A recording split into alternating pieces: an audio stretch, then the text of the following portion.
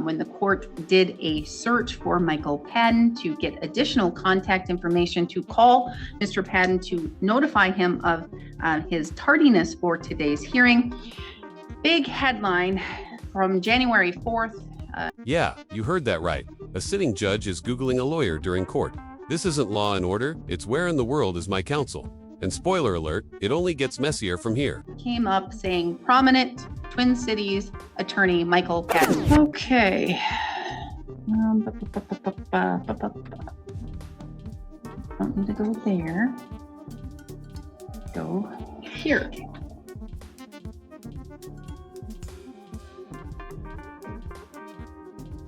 One 651 9.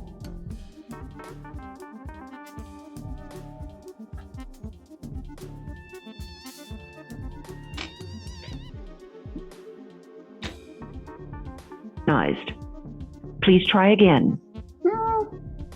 The number you have entered has not been recognized.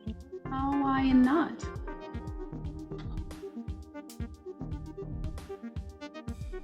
Six, 551 789 6545.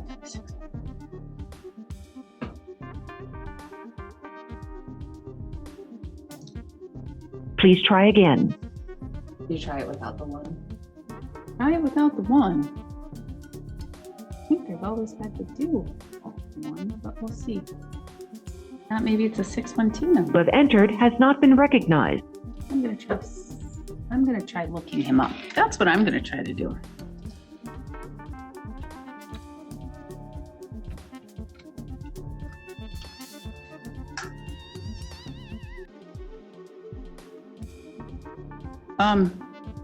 He's disbarred. Oh. Not yet. Well. Not in Wisconsin. There's a pending case. Oh, well. He's only disbarred in Just Minnesota. Just in Minnesota.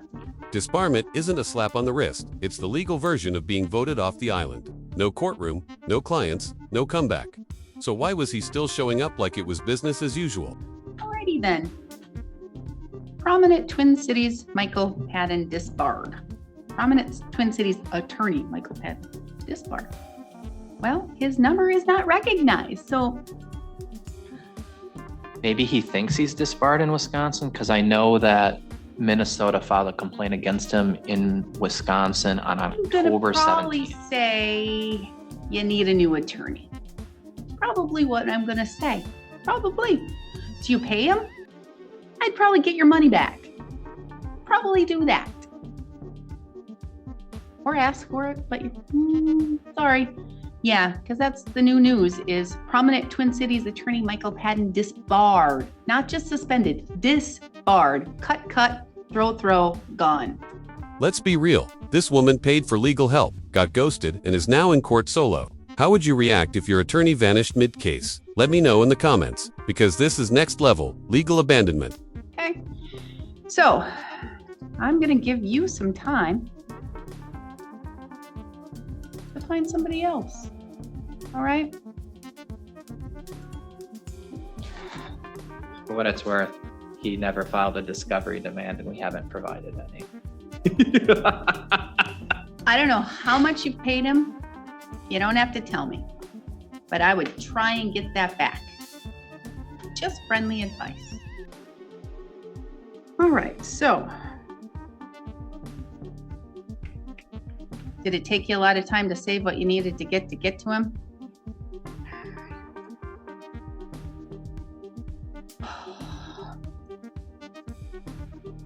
Oh, wait. Okay, Miss Kuchera, I'm gonna get it, I promise. Miss Kuchera, why don't you come have a seat up here? Because I'm gonna guess you don't want him anymore and he can't even probably practice anymore. So can we just remove him?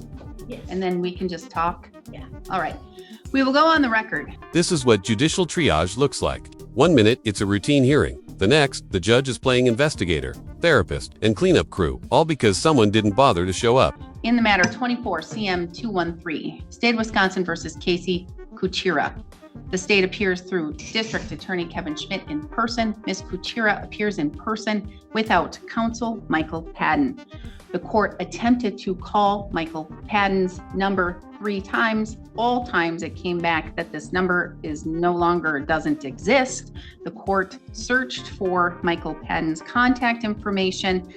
When the court did a search for Michael Padden to get additional contact information to call Mr. Padden to notify him of his tardiness for today's hearing, big headline from January 4th came up saying prominent Twin Cities attorney Michael Padden disbarred.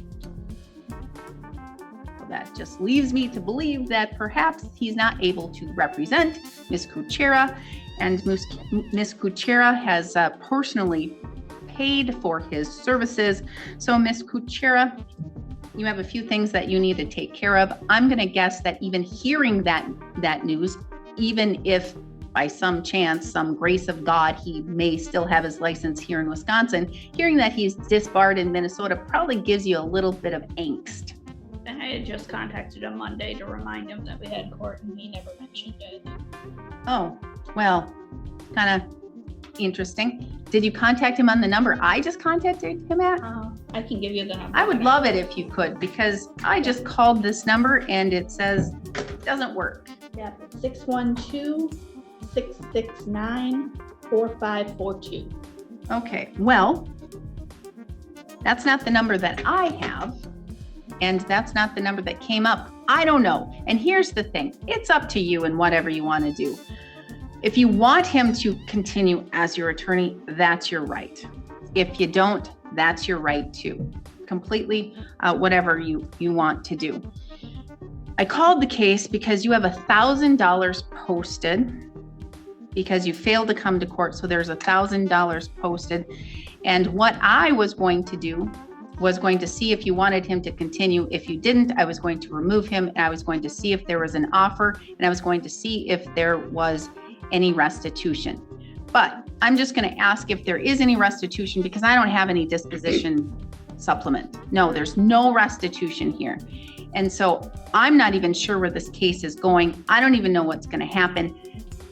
Off the record, your attorney stated that there, and I'm noticing in my electronic file, no demand for discovery has been done yet. Yeah, I thought that was kind of odd myself. Therefore, it's kind of at a still, nothing's happening.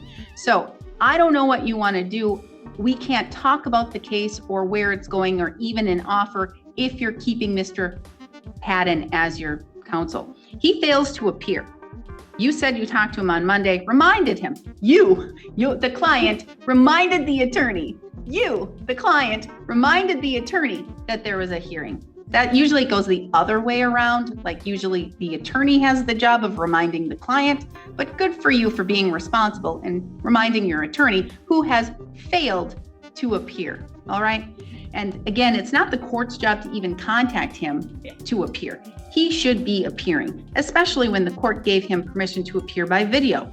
And he's not appearing by any means. I have Zoom up and there is no appearance. Okay. This right here, total role reversal. The client is doing the lawyer's job.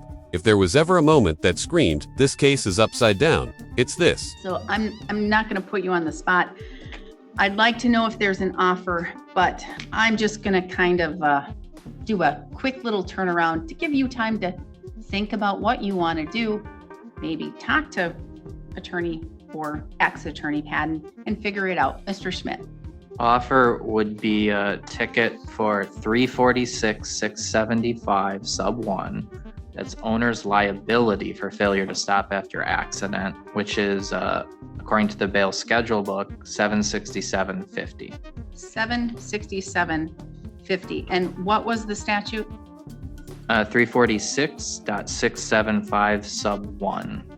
The owner liability version of it is a ticket, not a crime. All right. So you can think about it even more. And again, I don't even know what's going through your head right now. Okay. I don't know what's going through your head. You probably have a lot. But honestly, I'm okay with just going ahead and proceeding without Mr. Padden. And you want to make the intelligent, knowing, and voluntary choice to remove him as your attorney right now? All right. So therefore, the court will strike him and will withdraw him from the record as your counsel. And so you can understand, and now I'm going to see if you understand the offer that's been presented. All right. You have been charged with the crime, hit and run, as a misdemeanor. This hit and run misdemeanor crime has a maximum possible penalty of up to $1,000 fine and up to 6 months of jail, okay? Mr. Schmidt has made an offer to you to amend it to a ticket, all right? To a ticket for $767.50 under owner's liability for failure to notify of an accident, okay? You have $1,000 posted. That would cover a ticket if that's what you wish to do. I can give you time to think about this and have you come back in the next week or so. We can take care of it here today. Whatever you want to do. I don't want to put you on the spot. This is a lot for you to think about.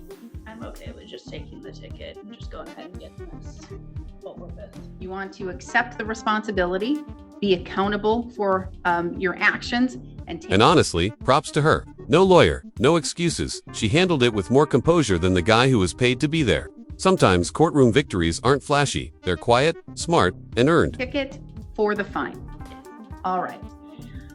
Mr. Schmidt, formal motion to amend under the owner's liability for failure to notify of an accident. So made. Court will grant that. How do you wish to plead? Either no contest or guilty. Doesn't matter. I'm okay with either. No contest. Court will enter a no contest on your behalf here today. I will assess $767.50. You have $1,000 cash bond posted. That will go towards this ticket. The remaining will be sent to the person, the individual who posted it, to the address that they provided, okay? Yep. All right. Do you have any questions? Good luck. I'm sorry. Good luck. All right. Thank you. We are adjourned.